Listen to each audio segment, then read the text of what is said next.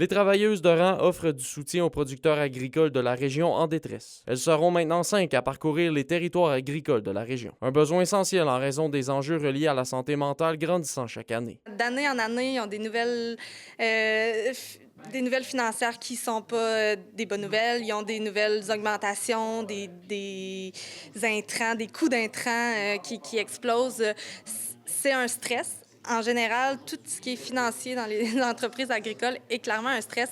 Ça l'enlève pas, là, ce qui se passe actuel. Ça peut peut-être en ajouter un peu.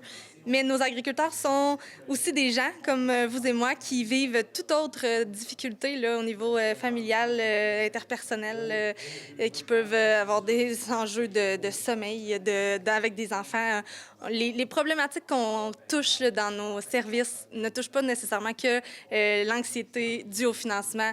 Il y a une panoplie de sujets de demande d'aide, si je peux dire. Tout ça dans le but d'envoyer le message aux agriculteurs de la région que leur travail est valorisé. Ce que je veux que les producteurs et productrices retiennent, c'est que leur travail et leur importance dans les communautés sont reconnus. Aujourd'hui, ça, je pense, c'est le grand message qu'on peut recevoir parce que si les producteurs et productrices n'étaient pas importants, il n'y aurait pas eu cette journée-là aujourd'hui, il n'y aurait pas ces services-là qui se mettraient en branle parce que c'est quand même un service spécifique aux agriculteurs et aux agricultrices qui est quand même annoncé aujourd'hui. Le programme vit cependant une précarité en raison de son sous-financement par le gouvernement du Québec.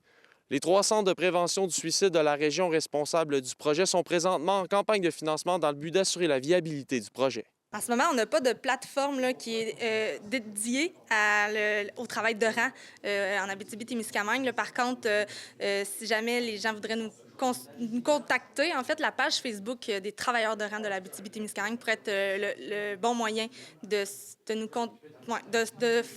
contacter, de faire appel à nous pour voir de quelle façon on peut fonctionner. L'UPA de l'Abitibi-Témiscamingue a d'ailleurs remis un don de 5 000 $ ce matin pour pérenniser le projet pour au moins 1 an. Olivier Morin, RNC Nouvelles, Rouyn-Noranda.